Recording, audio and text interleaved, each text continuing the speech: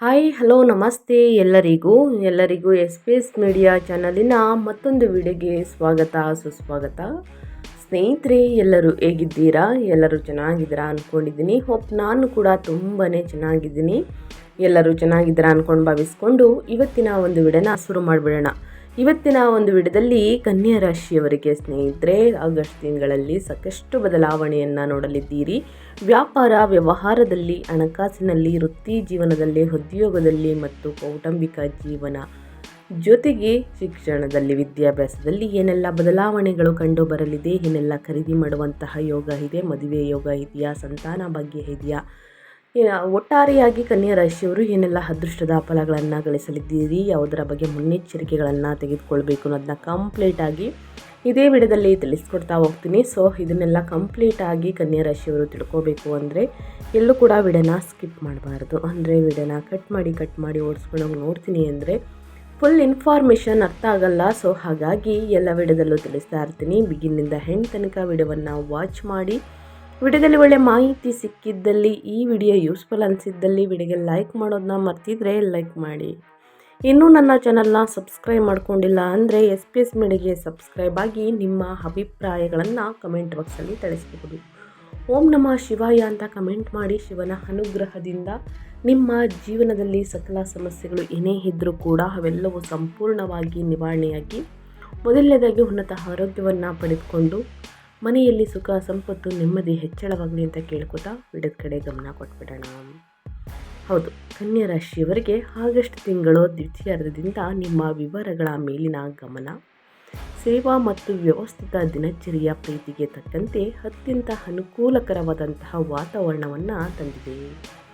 ನಿಮ್ಮ ರಾಶಿಯ ಅಧಿಪತಿಯಾದಂತಹ ಬುಧನು ನಿಮ್ಮ ವೃತ್ತಿ ಮತ್ತು ಆದಾಯದ ಮನೆಗಳಲ್ಲಿ ವೇಗವಾಗಿ ಸಂಚರಿಸುತ್ತಿದ್ದು, ನಿಮಗೆ ಅಸಾಧಾರಣ ವಿಶ್ಲೇಷಣಾತ್ಮಕ ಸ್ಪಷ್ಟತೆಯನ್ನು ಹಾಗೂ ನಿಮ್ಮ ವೃತ್ತಿಪರ ಸ್ಥಾನಮಾನವನ್ನು ಗಣನೀಯವಾಗಿ ಏರಿಸುವಂತಹ ಸಾಮರ್ಥ್ಯವನ್ನು ಕರುಣಿಸುತ್ತಾನೆ. ವಕ್ರ ಶನಿಯು ನಿಮ್ಮ ಪ್ರಮುಖ ಪಾಲುದಾರಿಕೆಗಳ ವಿಚಾರದಲ್ಲಿ ಅಪಾರವಾದಂತಹ ತಾಳ್ಮೆಯನ್ನು ಬೇಡುವುದನ್ನು ಮುಂದುವರಿಸಿದ್ದರೂ, ನಿಮ್ಮ 11ನೇ ಮನೆಯಲ್ಲಿ ಉಚ್ಚ ಸ್ಥಿತಿಯಲ್ಲಿರುವಂತಹ ಗುರುವಿನ ಅದ್ಭುತ ಉಪಸ್ಥಿತಿಯು ನಿಮ್ಮ ವೃತ್ತಿಪರ ಜಾಲಗಳು ಮತ್ತು ಹಿರಿಯ ಸಹೋದರರು ಸ್ಥಿರವಾದ ವಿಸ್ತಾರವಾದಂತಹ ಬೆಂಬಲವನ್ನು ನೀಡುವುದನ್ನು ಖಚಿತಪಡಿಸುತ್ತದೆ. ಕಚೇರಿಯ ಸಂಕೀರ್ಣ ಸಮಸ್ಯೆಗಳಿಗೆ ನೀವು ಅತ್ಯುತ್ತಮ ಪರಿಹಾರವನ್ನು ಕಂಡುಕೊಳ್ಳುವಿರಿ ಮತ್ತು ಯಾವುದೇ ಗುಪ್ತ ಅಡಚಣೆಗಳನ್ನು ಸುಲಭವಾಗಿ ಮೀರಿ ನಿಲ್ಲುವಿರಿ. ತಿಂಗಳ ದ್ವಿತೀಯಾರ್ಧದಲ್ಲಿ ಮಂಗಳನು ನಿಮ್ಮ 10ನೇ ಮನೆಗೆ ಪ್ರವೇಶಿಸುವುದನ್ನು ಗಮನಿಸಿ. ಇದು ಅಧಿಕಾರದಲ್ಲಿರುವವರೊಂದಿಗೆ ಘರ್ಷಣೆಗಿಳಿಯುವಂತೆ ನಿಮ್ಮನ್ನು ಪ್ರಚೋದಿಸಬಹುದು. ನಿಮ್ಮ ಶಕ್ತಿಯನ್ನು ಸ್ನೇಹಿತರೆ ಆದಷ್ಟು ನಿಖರವಾದ ಸೇವೆಗೆ ಹರಿಸಿ ಮತ್ತು ನಿಮ್ಮ ಶಕ್ತಿಯುತವಾದ ಸಂವಹನ ಕೌಶಲ್ಯವನ್ನು ನಂಬಿಕೊಳ್ಳುವುದರಿಂದ ನಿಮ್ಮ ಆಂತರಿಕ ಸಮತೋಲನವನ್ನು ಕಾಪಾಡಿಕೊಳ್ಳುತ್ತಲೇ ಗಮನಾರ್ಹ ಆರ್ಥಿಕ ಮತ್ತು ವೃತ್ತಿಪರ ಬೆಳವಣಿಗೆಯನ್ನು ಸಾಧಿಸಬಹುದು. ಇನ್ನು ನಿಮ್ಮ ಉದ್ಯೋಗ ವೃತ್ತಿ ಜೀವನದ ಬಗ್ಗೆ ಹೇಳೋದಾದರೆ, ಕನ್ಯಾ ರಾಶಿಯವರು ಏನೆಲ್ಲ ಬದಲಾವಣೆಯನ್ನು ನೋಡಲಿದ್ದೀರಿ ಅನ್ನೋದನ್ನ ನೋಡ್ತಾ ಹೋಗೋಣ. ಸ್ನೇಹಿತರೆ, ಇನ್ನೂ ಕೂಡ ವಿಡಿಯೋಗೆ ಲೈಕ್ ಮಾಡಿಲ್ಲ ಅಂದರೆ ದಯವಿಟ್ಟು ಲೈಕ್ ಮಾಡಿ. ಸಬ್ಸ್ಕ್ರೈಬ್ ಆಗಿಲ್ಲ ಅಂತಂದರೆ ಎಸ್ ಪಿ ಎಸ್ ಮೀಡಿಯಾಗೆ ಸಬ್ಸ್ಕ್ರೈಬ್ ಆಗಿದ್ರೆ ಪ್ರತಿನಿತ್ಯ ನಿಮ್ಮ ರಾಶಿ ಭವಿಷ್ಯವನ್ನು ತೊಗೊಂಡು ಬರ್ತಾ ಇರ್ತೀನಿ, ತಿಳಿಸ್ಕೊಡ್ತಾ ಇರ್ತೀನಿ, ಸಣ್ಣ ಪುಟ್ಟ ಪರಿಹಾರವನ್ನು ತಿಳಿಸ್ಕೊಡ್ತಾ ಇರ್ತೀನಿ. ಸೊ ಹಾಗಾಗಿ ಸಬ್ಸ್ಕ್ರೈಬ್ ಮಾಡಿಕೊಂಡು ಹೆಚ್ಚು ಫ್ಯಾಮಿಲಿಗೆ, ಫ್ರೆಂಡ್ಸ್ಗೆ ಈ ವಿಡಿಯೋವನ್ನು ಶೇರ್ ಮಾಡಿ. ಅವರು ಕೂಡ ಸ್ನೇಹಿತರೆ ವಿಡಿಯೋವನ್ನು ವಾಚ್ ಮಾಡಿ, ಒಳ್ಳೆ ಮಾಹಿತಿ ಸಿಕ್ಕಿದ್ರೆ ಸಬ್ಸ್ಕ್ರೈಬ್ ಮಾಡ್ಕೊಂಡು ವಿಡಿಯೋವನ್ನು ವಾಚ್ ಮಾಡ್ತಾರೆ. ಓಕೆ, ವೃತ್ತಿ ಮತ್ತು ಉದ್ಯೋಗದ ಬಗ್ಗೆ ಹೇಳೋದಾದರೆ, ಕನ್ಯಾ ರಾಶಿಯವರಿಗೆ ನಿಮ್ಮ ರಾಶಿಯ ಅಧಿಪತಿಯಾದ ಬುಧನು ತಿಂಗಳ ದ್ವಿತೀಯಾರ್ಧದಲ್ಲಿ ತನ್ನದೇ ಆದಂತಹ 10ನೇ ವೃತ್ತಿಭಾವದಲ್ಲಿ ಸಂಚರಿಸುವುದರಿಂದ ನಿಮ್ಮ ವೃತ್ತಿ ಜೀವನವು ಗಮನಾರ್ಹ ಪ್ರಗತಿಗೆ ಸಿದ್ಧವಾಗಿದೆ. ಆಗಸ್ಟ್ ತಿಂಗಳಲ್ಲಿ ನಿಮ್ಮ ವಿಶ್ಲೇಷಣಾತ್ಮಕ ಕೌಶಲ್ಯ ಮತ್ತು ಸಂವಹನವು ಮೇಲಧಿಕಾರಿಗಳಿಂದ ಆಳವಾದಂತಹ ಗೌರವವನ್ನು ಗಳಿಸುತ್ತದೆ. ಇದು ಸಂಕೀರ್ಣವಾದ ಕಚೇರಿ ದಿನಚರಣೆಗಳನ್ನು ಸಲೀಸಾಗಿ ಸರಾಗುಗೊಳಿಸಲು ನಿಮಗೆ ಅನುವು ಮಾಡಿಕೊಡುತ್ತದೆ ಸ್ನೇಹಿತರೆ. ಅದೇ ರೀತಿ ಅದಿಯಾಗುವಂತಂದರೆ ಆಗಸ್ಟ್ ದ್ವಿತೀಯದಿಂದ ಮಂಗಳನು ಸ್ನೇಹಿತರೆ ನಿಮ್ಮ 10ನೇ ಮನೆಗೆ ಅಂದರೆ ಪ್ರವೇಶಿಸುತ್ತಾನೆ. ಇದು ನಿಮ್ಮ ಮಹತ್ವಾಕಾಂಕ್ಷೆಗಳಿಗೆ ಉಗ್ರವಾದ ಹೋರಾಟದ ಶಕ್ತಿಯನ್ನು ತುಂಬುತ್ತದೆ. ಈ ಚೈತನ್ಯವು ಕಾರ್ಯಗಳನ್ನು ಸಾಧಿಸಲು ನಿಮಗೆ ಸಹಾಯವನ್ನು ಮಾಡುತ್ತದೆ, ಆದರೆ ಇದು ಅಧಿಕಾರಯುತ ವ್ಯಕ್ತಿಗಳೊಂದಿಗೆ ಆಕ್ರಮಣಕಾರಿ ವಿವಾದಗಳಿಗೆ ಸಿಲುಕುವಂತಹ ಗಂಭೀರ ಅಪಾಯವನ್ನು ತರುತ್ತದೆ. ಕಚೇರಿ ರಾಜಕಾರಣಕ್ಕಿಂತ ಈ ಉರಿಯುವ ಶಕ್ತಿಯನ್ನು ಉತ್ಪಾದಕ ಕೆಲಸಗಳತ್ತ ನೀವು ಪ್ರಜ್ಞಾಪೂರ್ವಕವಾಗಿ ಆರಿಸಬೇಕು. ಆಗಸ್ಟ್ ತಿಂಗಳಲ್ಲಿ ಬುಧನು ನಿಮ್ಮ 11ನೇ ಮನೆಗೆ ಚಲಿಸಿದಾಗ ನಿಮ್ಮ ಗಮನವು ನೆಟ್ವರ್ಕಿಂಗ್ ಮತ್ತು ನಿಮ್ಮ ಕಠಿಣ ಪರಿಶ್ರಮಕ್ಕೆ ಆರ್ಥಿಕ ಪ್ರತಿಫಲವನ್ನು ಪಡೆಯುವತ್ತ ಯಶಸ್ವಿಯಾಗಿ ತಿರುಗುತ್ತದೆ. ನಿಮ್ಮ ಸ್ಥಾನಮಾನವನ್ನು ಹೆಚ್ಚಿಸಬಲ್ಲ ಪ್ರಭಾವಿ ಸಹೋದ್ಯೋಗಿಗಳೊಂದಿಗೆ ನೀವು ಸುಲಭವಾಗಿ ಸಂಪರ್ಕವನ್ನು ಸಾಧಿಸಲಿದ್ದೀರಿ. ಈ ಸಕಾರಾತ್ಮಕ ವೇಗದ ಹೊರತಾಗಿಯೂ ಆಗಸ್ಟ್ ದ್ವಿತೀಯಾರ್ಧದಂದು ಸೂರ್ಯನು ನಿಮ್ಮ 12ನೇ ಮನೆಗೆ ಸ್ಥಳಾಂತರಗೊಳ್ಳುವುದು ಸಂಭಾವ್ಯ ಬಳಲಿಕೆ ಮತ್ತು ಏಕಾಂಗಿಯಾದ ವಿದೇಶಿ ಸಂಬಂಧಿತ ಕೆಲಸಗಳ ಬಗ್ಗೆ ಎಚ್ಚರಿಕೆ ನೀಡುತ್ತದೆ. ಪ್ರಮುಖ ಯೋಜನೆಗಳನ್ನು ಅಂತಿಮಗೊಳಿಸುವ ಮೂಲಕ ನಿಮ್ಮ ಕೀರ್ತಿಯನ್ನು ರಕ್ಷಿಸಿಕೊಳ್ಳಿ. ತಿಂಗಳು ಮುಗಿಯುತ್ತಿದ್ದಂತೆ ಎದುರಾಗುವ ಯಾವುದೇ ಹಠಾತ್ ಗುಪ್ತ ವೃತ್ತಿ ಖರ್ಚುಗಳನ್ನು ಎದುರಿಸಲು ನಿಮ್ಮ ನಿಖರವಾದ ಯೋಜನೆಗಳ ಮೇಲೆ ಭರವಸೆ ಇರಿಸಿ. ಯಾವುದರ ಬಗ್ಗೆ ಕನ್ಯಾ ರಾಶಿಯವರು ವೃತ್ತಿ ಮತ್ತು ಉದ್ಯೋಗದ ಬಗ್ಗೆ ಎಚ್ಚರಿಕೆ ವಹಿಸಬೇಕು ಅನ್ನೋದನ್ನ ಕಂಪ್ಲೀಟಾಗಿ ತಿಳಿಸ್ಕೊಟ್ಟಿದ್ದೀನಿ ಸ್ನೇಹಿತರೆ. ಅದೇ ರೀತಿ ವ್ಯಾಪಾರ ವ್ಯವಹಾರ ನಿಮ್ಮ ಪಾಲುದಾರಿಕೆಯ ಬಗ್ಗೆ ಹೇಳೋದಾದರೆ ಏನೆಲ್ಲ ಬದಲಾವಣೆಗಳು ಕಂಡು ಬರಲಿದೆ ಅನ್ನೋದನ್ನ ನೋಡೋದಾದರೆ, ಉದ್ಯಮಿಗಳಿಗೆ ಇದು ಅತ್ಯಂತ ಕ್ರಿಯಾತ್ಮಕ ಮತ್ತು ಲಾಭದಾಯಕ ತಿಂಗಳು. ಮೊದಲು 3 ವಾರಗಳವರೆಗೆ ಬುಧನು ನಿಮ್ಮ 10 ಮತ್ತು 11ನೇ ಮನೆಗಳಲ್ಲಿ ಬಲವಾಗಿ ಕಾರ್ಯನಿರ್ವಹಿಸುವುದರಿಂದ ವ್ಯಾಪಾರ ಒಪ್ಪಂದಗಳನ್ನು ನ್ಯಾವಿಗೇಟ್ ಮಾಡಲು ಮತ್ತು ನಿಮ್ಮ ಸೇವೆಗಳನ್ನು ಮಾರುಕಟ್ಟೆಗೆ ತರಲು ನಿಮ್ಮ ಸಾಮರ್ಥ್ಯವು ಅತ್ಯಂತ ತೀಕ್ಷ್ಣವಾಗಿರುತ್ತದೆ. ಸ್ಪರ್ಧೆಗಳನ್ನು ತಪ್ಪಿಸಿಕೊಳ್ಳುವ ಲಾಭದಾಯಕ ಅವಕಾಶಗಳನ್ನು ನೀವು ಸುಲಭವಾಗಿ ಗುರುತಿಸುವಿರಿ. ಇದಕ್ಕೆ ಅಪಾರ ಶಕ್ತಿಯನ್ನು ಸೇರಿಸುತ್ತಾ ಉಚ್ಚ ಸ್ಥಿತಿಯಲ್ಲಿರುವಂತಹ ಗುರುವು ನಿಮ್ಮ 11ನೇ ಮನೆಯಲ್ಲಿ ತನ್ನ ಸಂಚಾರವನ್ನು ಮುಂದುವರಿಸಿದ್ದು ನಿಮ್ಮ ವಾಣಿಜ್ಯ ಜಾಲಗಳನ್ನು ಗಣನೀಯವಾಗಿ ವಿಸ್ತರಿಸುತ್ತದೆ ಮತ್ತು ಉನ್ನತ ಮೌಲ್ಯದ ಗ್ರಾಹಕರ ಸ್ಥಿರ ಅರಿವನ್ನು ಖಚಿತಪಡಿಸುತ್ತದೆ. ನಿಮ್ಮ ಪ್ರಾಯೋಗಿಕ ಅಂತಃಪ್ರಜ್ಞೆಯನ್ನು ಆದಷ್ಟು ನಂಬಿರಿ ಮತ್ತು ಕಾರ್ಯತಂತ್ರದ ವ್ಯಾಪಾರ ಸಲಹೆಗಾಗಿ ನಿಮ್ಮ ಹಿರಿಯ ಸಹೋದರರು ಅಥವಾ ಮಾರ್ಗದರ್ಶಕರನ್ನು ಬಳಸಿ. ಬೆಳವಣಿಗೆಯ ಸಾಮರ್ಥ್ಯವನ್ನು ಅಪಾರವಾಗಿದ್ದರೂ ಆಗಸ್ಟ್ ತಿಂಗಳಲ್ಲಿ ನಿಮ್ಮ 10ನೇ ಮನೆಯಲ್ಲಿರುವ ಮಂಗಳನ ಆಕ್ರಮಣಕಾರಿ ಶಕ್ತಿಯನ್ನು ನೀವು ನಿರ್ವಹಿಸಬೇಕಾಗುತ್ತದೆ. ನಿಮ್ಮ ಮಾರುಕಟ್ಟೆಯನ್ನು ನಿರ್ದಯವಾಗಿ ಆಳಲು ಅಥವಾ ನಿಧಾನವೆಂದು ತೋರುವ ಪಾಲುದಾರಿಕೆಗಳನ್ನು ಹಠಾತ್ತನೆ ಕೊನೆಗೊಳಿಸಲು ನಿಮಗೆ ಪ್ರಚೋದನೆಯಾಗಬಹುದು. ಈ ಪ್ರವೃತ್ತಿಯನ್ನು ಪ್ರತಿರೋಧಿಸಿ. ಮೇಲಾಗಿ ನಿಮ್ಮ 6ನೇ ಮನೆಯಲ್ಲಿರುವಂತಹ ರಾಹು ತನ್ನ ವಕ್ರ ಸಂಚಾರವನ್ನು ಮುಂದುವರಿಸಿರುವುದರಿಂದ ವಾಣಿಜ್ಯ ಶತ್ರುಗಳನ್ನು ಸೋಲಿಸಲು ನಿಮಗೆ ಅಸಾಂಪ್ರದಾಯಿಕ ತಂತ್ರಗಳನ್ನು ನೀಡುತ್ತದೆ. ಆದರೆ ಇದಕ್ಕೆ ಎಚ್ಚರಿಕೆಯ ಅನುಷ್ಠಾನದ ಅಗತ್ಯವಿದೆ. ನಿಮ್ಮ ವರ್ಧಿತ ವಿಶ್ಲೇಷಣಾತ್ಮಕ ಕೌಶಲ್ಯಗಳನ್ನು ಬಳಸಿ ಸ್ಪರ್ಧೆಯನ್ನು ವ್ಯವಸ್ಥಿತವಾಗಿ ಹಿಂದಕ್ಕೆ ಗುರುವು ನಿರ್ಮಿಸಲು ಸಹಾಯವನ್ನು ಮಾಡುತ್ತಿರುವಂತಹ ಅದೇ ಜಾಲಗಳಿಂದ ನಿಮ್ಮ ಆಕ್ರಮಣಕಾರಿ ವಿಸ್ತರಣೆಯು ದೂರವಾಗದಂತೆ ನೋಡಿಕೊಳ್ಬೇಕಾಗುತ್ತದೆ. ಯಾವುದರ ಬಗ್ಗೆ ಎಚ್ಚರಿಕೆ ವಹಿಸಬೇಕು? ಕನ್ಯಾ ರಾಶಿಯವರು ವ್ಯಾಪಾರ ವ್ಯವಹಾರದ ಬಗ್ಗೆ ಪಾಲುದಾರಿಕೆ ಬಗ್ಗೆ ಅನ್ನೋದನ್ನ ತಿಳಿಸ್ಕೊಟ್ಟಿದ್ದೀನಿ. ಅದೇ ರೀತಿ ನಿಮ್ಮ ಆದಾಯದ ಬಗ್ಗೆ ಹೇಳೋದಾದರೆ ಆರ್ಥಿಕ ಸ್ಥಿತಿ ಹೇಗಿರಲಿದೆ, ಯಾವುದರ ಬಗ್ಗೆ ಮುನ್ನೆಚ್ಚರಿಕೆಗಳನ್ನು ತೆಗೆದುಕೊಳ್ಬೇಕು ಅನ್ನೋದನ್ನ ನೋಡೋದಾದರೆ, ನಿಮ್ಮ ಆರ್ಥಿಕ ದೃಷ್ಟಿಕೋನವು ನಂಬಲಾಗದಷ್ಟು ಬಲವಾಗಿದೆ. ಇದು ಮುಖ್ಯವಾಗಿ ಲಾಭದ 11ನೇ ಮನೆಯಲ್ಲಿ ಉಚ್ಚ ಸ್ಥಿತಿಯಲ್ಲಿರುವ ಗುರುವಿನ ಭವ್ಯವಾದ ಮುಂದುವರಿದ ಬೆಂಬಲದಿಂದ ನಡೆಸಲ್ಪಡುತ್ತದೆ. ಈ ನಿರಂತರ ಸಂಚಾರವು ನಿಮ್ಮ ಹಿಂದಿನ ಪ್ರಯತ್ನಗಳಿಗೆ ಗಣನೀಯ ಆದಾಯ ಮತ್ತು ನಿಮ್ಮ ಭೌತಿಕ ಆಸೆಗಳ ಈಡೇರಿಕೆಯಿಂದ ಸ್ನೇಹಿತರೆ ಸ್ಥಿರವಾಗಿ ಪ್ರತಿಫಲವನ್ನು ಸಿಗುವುದನ್ನು ಖಚಿತಪಡಿಸುತ್ತದೆ ಅಂತಲೇ ಹೇಳಬಹುದು. ಇನ್ನು ಆಗಸ್ಟ್ 22ರವರೆಗೆ ಬುಧನು ನಿಮ್ಮ 11ನೇ ಮನೆಯನ್ನು ಸೇರಿದಾಗ ನಿಮ್ಮ ಆರ್ಥಿಕ ಬುದ್ಧಿವಂತಿಕೆ ಶಿಖರಕ್ಕೇರುತ್ತದೆ. ಬಜೆಟ್ಗಳನ್ನು ಪರಿಣಿತರಾಗಿ ಲೆಕ್ಕ ಹಾಕುವುದನ್ನು ಮತ್ತು ಹೊಸ ಒಪ್ಪಂದಗಳ ಮೇಲೆ ಅತ್ಯಂತ ಅನುಕೂಲಕರವಾದ ನಿಯಮಗಳನ್ನು ಸುರಕ್ಷಿತಗೊಳಿಸುವುದನ್ನು ನೀವು ಕಾಣಲಿದ್ದೀರಿ. ನಿಮ್ಮ ದೀರ್ಘಕಾಲೀನ ಸಂಪತ್ತಿನ ಕಾರ್ಯತಂತ್ರವನ್ನು ಗಟ್ಟಿಗೊಳಿಸಲು ಈ ಅತ್ಯಂತ ವಿಶ್ಲೇಷಣಾತ್ಮಕ ಅವಧಿಯನ್ನು ಬಳಸಬೇಕಾಗುತ್ತದೆ. ನಿಮ್ಮ ಸಂಪತ್ತಿನ ಅಧಿಪತಿಯಾದ ಶುಕ್ರನು ಸ್ನೇಹಿತರೆ ಈ ತಿಂಗಳ ಪೂರ್ತಿ ನಿಮ್ಮ 1ನೇ ಮನೆಯಲ್ಲಿ ನೀಚ ಸ್ಥಿತಿಯಲ್ಲಿದ್ದಾನೆ. ಇದು ವೈಯಕ್ತಿಕ ಸೌಕರ್ಯಗಳ ಬಯಕೆಯನ್ನು ತರುತ್ತದೆ ಮತ್ತು ನಿಮ್ಮ ರೂಪವನ್ನು ಸ್ವಲ್ಪ ಮೃದುಗೊಳಿಸುತ್ತದೆ. ಆದರೆ ಇದರ ನೀಚತ್ವ ಐಷಾರಾಮಿ ವಸ್ತುಗಳು ಅಥವಾ ಸೌಂದರ್ಯವರ್ಧಕ ಸುಧಾರಣೆಗಳ ಮೇಲೆ ಅಗಾಧವಾಗಿ ಖರ್ಚು ಮಾಡುವ ವಿರುದ್ಧ ಎಚ್ಚರಿಸುತ್ತದೆ ಅಂತಲೇ ಹೇಳಬಹುದು.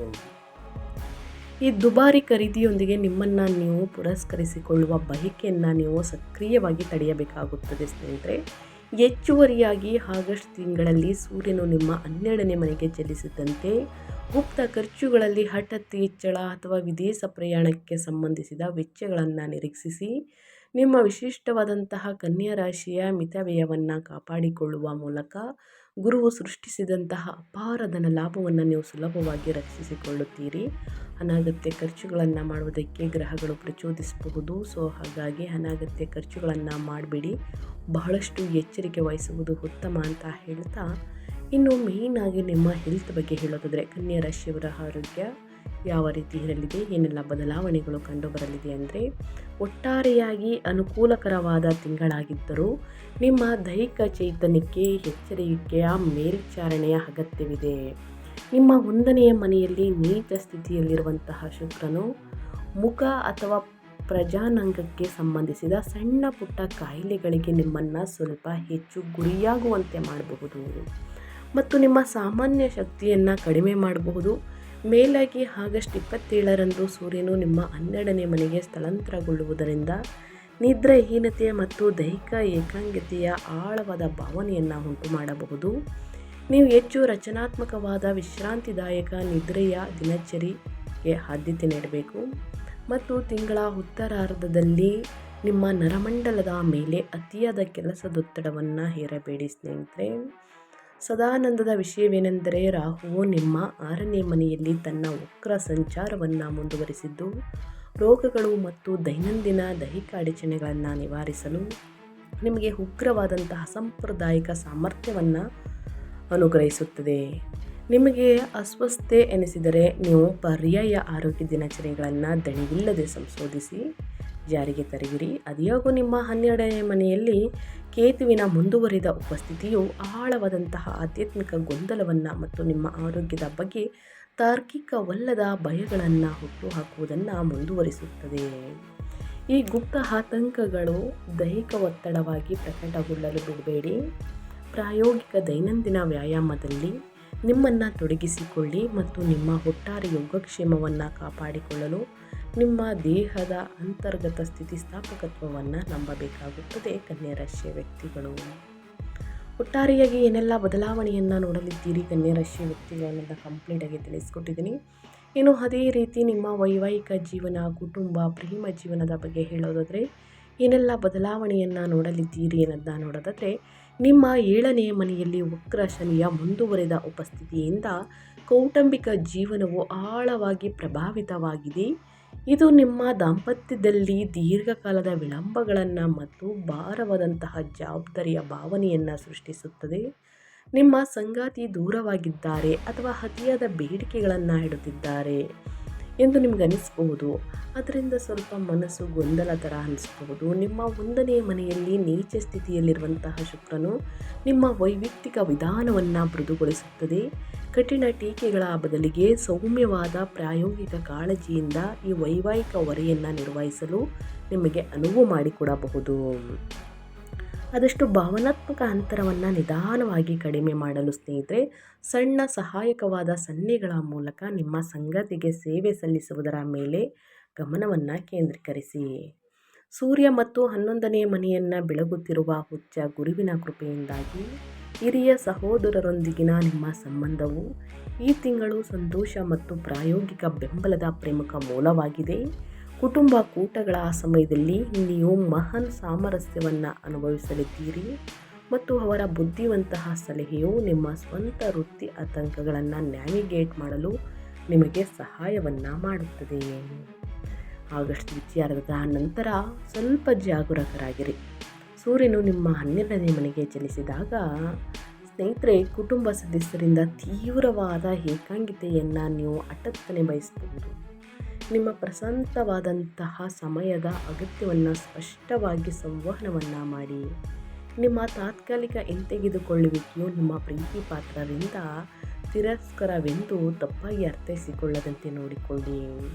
ಒಟ್ಟಾರೆಯಾಗಿ ಕುಟುಂಬದಲ್ಲಿ ಸಾಕಷ್ಟು ಸಮಸ್ಯೆಗಳು ಉದ್ಭವವಾಗಬಹುದು, ಅದನ್ನು ನೀವೇ ಬಗೆಹರಿಸಿಕೊಳ್ಬೇಕಾಗುತ್ತದೆ. ಇನ್ನು ವಿದ್ಯಾಭ್ಯಾಸದ ಬಗ್ಗೆ ಹೇಳೋದಾದರೆ, ಕನ್ಯಾ ರಾಶಿಯ ವಿದ್ಯಾರ್ಥಿಗಳ ಬಗ್ಗೆ ಹೇಳೋದಾದರೆ, ವಿದ್ಯಾರ್ಥಿಗಳಿಗೆ ಶೈಕ್ಷಣಿಕ ಸಾಧನೆಗೆ ಈ ತಿಂಗಳು ಅತ್ಯಂತ ಅನುಕೂಲಕರವೆಂದು ಕಂಡುಬರುತ್ತದೆ. ನಿಮ್ಮ ರಾಶಿಯ ಅಧಿಪತಿ ಮತ್ತು ಬುದ್ಧಿಕಾರಕನಾದ ಬುಧನು ನಿಮ್ಮ 10 ಮತ್ತು 11ನೇ ಮನೆಗಳ ಮೂಲಕ ಪ್ರಬಲವಾಗಿ ಸಂಚರಿಸುತ್ತಾನೆ. ನಿಮ್ಮ ಲೇಸರ್ನಂತಹ ಗಮನವನ್ನು ಮತ್ತು ಅದ್ಭುತವಾದ ವಿಶ್ಲೇಷಣಾತ್ಮಕ ಜ್ಞಾಪಕ ಶಕ್ತಿಯನ್ನು ನೀಡುತ್ತಾನೆ.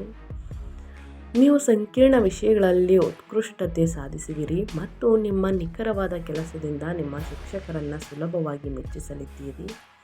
ನಿಮ್ಮ 11ನೇ ಮನೆಯಲ್ಲಿ ಮುಂದುವರಿದಿರುವಂತಹ ಉಚ್ಚ ಗುರುವು ನಿಮ್ಮ ಶೈಕ್ಷಣಿಕ ಪ್ರಯತ್ನಗಳಿಗೆ ಹೆಚ್ಚು ಪ್ರತಿಫಲ ಸಿಗುವುದನ್ನು ಮತ್ತಷ್ಟು ಖಚಿತಪಡಿಸುತ್ತದೆ. ಇದು ಬಹುಶಃ ಗಣನೀಯ ವಿದ್ಯಾರ್ಥಿ ವೇತನಗಳು ಅಥವಾ ಪ್ರತಿಷ್ಠಿತ ವಿಸ್ತಾರವಾದ ಶೈಕ್ಷಣಿಕ ಜಾಲಗಳಿಗೆ ಸೇರ್ಪಡೆಗೊಳ್ಳಲು ಕಾರಣವಾಗಬಹುದು. ಪ್ರತಿದಿನ ಅಧ್ಯಯನಕ್ಕೆ ಸ್ನೇಹಿತರೆ ಗಮನ ಕೊಡಿ. ಒಂದು ವೇಳಾಪಟ್ಟಿಯನ್ನು ರಚಿಸಿ ಸರಿಯಾದ ಸಮಯಕ್ಕೆ ಕೂತು ಅಧ್ಯಯನವನ್ನು ಮಾಡಿ. ಗುರು ಹಿರಿಯರ ಆಶೀರ್ವಾದವನ್ನು ತೆಗೆದುಕೊಳ್ಳಿ. ಗುರು ಹಿರಿಯರ ಮಾತನ್ನು ಕೇಳಿ. ಖಂಡಿತವಾಗಿ ಉನ್ನತ ಫಲಿತಾಂಶವನ್ನು ಗಳಿಸುವುದಕ್ಕೆ ಸಾಧ್ಯವಾಗಲಿದೆ ಅಂತ ಹೇಳ್ತಾ, ಇನ್ನು ಅಡಚಣೆ, ತೊಂದರೆ, ಪ್ರಾಬ್ಲಮ್ಗಳು ಎದುರಾಗಲಿದೆ ಸ್ನೇಹಿತರೆ. ಒಂದು ಜೀವನ ಅಂದಮೇಲೆ ಇದೆಲ್ಲ ಸಾಧ್ಯ ಅಂತಲೇ ಹೇಳಬಹುದು. ಅದಕ್ಕೆಲ್ಲ ಪರಿಹಾರ ಇಲ್ವಂತೆ, ಖಂಡಿತವಾಗಿಯೂ ಪರಿಹಾರ ತಿಳಿಸ್ಕೊಡ್ತೀನಿ. ಈ ಪರಿಹಾರವನ್ನು ಅನುಸರಿಸಿ ಎಷ್ಟೇ ಕಷ್ಟ ಸಮಸ್ಯೆ ಇದ್ದರೂ ಕೂಡ ನಿವಾರಣೆಯಾಗಲಿದೆ. ನಿಮ್ಮ ಆಕ್ರಮಣಕಾರಿ ವೃತ್ತಿ ಚಲನೆಯನ್ನು ಶಾಂತಗೊಳಿಸಲು ಮಂಗಳವಾರದಂದು ಸುಬ್ರಹ್ಮಣ್ಯ ಸ್ವಾಮಿಯನ್ನು ಪ್ರಾರ್ಥಿಸಿ, ಕೆಂಪು ಹೂಗಳನ್ನು ಅರ್ಪಿಸಿ, ತೊಗರಿಬೇಳೆಯನ್ನು ದಾನ ಮಾಡಿ ಮತ್ತು ಕಾರ್ಯಸ್ಥಳದ ಅಧಿಕಾರಯುತ ವ್ಯಕ್ತಿಗಳೊಂದಿಗೆ ಅನಗತ್ಯ ಸಂಘರ್ಷಗಳನ್ನು ತಡೆಯಲು ಸುಬ್ರಹ್ಮಣ್ಯ ಅಷ್ಟಕಮವನ್ನು ಪಠಿಸಬೇಕಾಗುತ್ತದೆ. ಇನ್ನು ಕೇತು 12ನೇ ಮನೆಯಲ್ಲಿರುವಂತಹ ಆಳವಾದ ಆಧ್ಯಾತ್ಮಿಕ ಗೊಂದಲ ಮತ್ತು ಏಕಾಂಗತೆಯ ಭಯವನ್ನು ನಿವಾರಿಸಲು ಮಂಗಳವಾರದಂದು ಗಣಪತಿಯನ್ನು ಪೂಜಿಸಿ. ಗಣಪತಿಗೆ ಗರಿಕೆ ಹುಲ್ಲನ್ನು ಅರ್ಪಿಸಿ ಮತ್ತು ನಿಮ್ಮ ಆಂತರಿಕ ಶಾಂತಿಯನ್ನು ಮರಳಿ ಪಡೆಯಲು ಗಣಪತಿ ಅಥರ್ವಶೀರ್ಷವನ್ನು ಪಠಿಸಬೇಕಾಗುತ್ತದೆ. ನಿಮ್ಮ ವಿವಾಹ ಮತ್ತು ಪಾಲುದಾರಿಕೆಗಳ ಮೇಲಿನ ಭಾರವಾದಂತಹ ಹೊರೆಯನ್ನು ಸರಾಗಗೊಳಿಸಲು ಶನಿವಾರದಂದು ಶಿವನನ್ನು ಪೂಜಿಸಿ, ಎಳ್ಳೆಣ್ಣೆಯ ದೀಪವನ್ನು ಹಚ್ಚಿ, ಬಡವರಿಗೆ ನಿರ್ಗತಿಕರಿಗೆ ಅನ್ನದಾನ ಮಾಡಿ. ಪ್ರಸ್ತುತ ಅಗತ್ಯವಿರುವ ಅಪಾರ ತಾಳ್ಮೆಯನ್ನು ಬೆಳೆಸಿಕೊಳ್ಳಲು ದಶರಥ ಶನಿ ಸ್ತೋತ್ರವನ್ನು ಪಠಿಸಬೇಕಾಗುತ್ತದೆ ಕನ್ಯಾ ರಾಶಿಯ ವ್ಯಕ್ತಿಗಳು. ಸಣ್ಣ ಪುಟ್ಟ ಸಹಾಯವನ್ನು ಮಾಡಿ ಸ್ನೇಹಿತರೆ, ನಿಮ್ಮ ಕೈಯಲ್ಲಾದಷ್ಟು ಅಂತ ಹೇಳ್ತಾ ನಾನು ವಿಡಿಯೋವನ್ನು ಎಂಡ್ ಮಾಡ್ತಾ ಇದ್ದೀನಿ. ಇವತ್ತಿನ ಒಂದು ವಿಡಿಯೋದಲ್ಲಿ ಸಂಪೂರ್ಣ ಮಾಹಿತಿ ಸಿಕ್ಕಿದ್ದಲ್ಲಿ, ಈ ವಿಡಿಯೋ ಯೂಸ್ಫುಲ್ ಅನಿಸಿದ್ದಲ್ಲಿ ವಿಡಿಯೋಗೆ ಲೈಕ್ ಮಾಡೋದನ್ನ ಮರ್ತಿದ್ರೆ ಲೈಕ್, ಕಮೆಂಟ್, ಶೇರ್ ಮಾಡಿ. ನಿಮ್ಮ ಅಭಿಪ್ರಾಯವನ್ನು ಕಮೆಂಟ್ ಬಾಕ್ಸಲ್ಲಿ ತಿಳಿಸಿ. ನಿಮಗೂ ನಿಮ್ಮ ಕುಟುಂಬಕ್ಕೆ ತುಂಬಾ ಒಳ್ಳೆಯದಾಗಲಿ. ಮತ್ತೊಂದು ವಿಡಿಯೋ ಜೊತೆ ಮತ್ತೊಂದು ಹೊಸ ಭವಿಷ್ಯದಲ್ಲಿ ಸಿಗ್ತೀನಿ. Thank you for watching.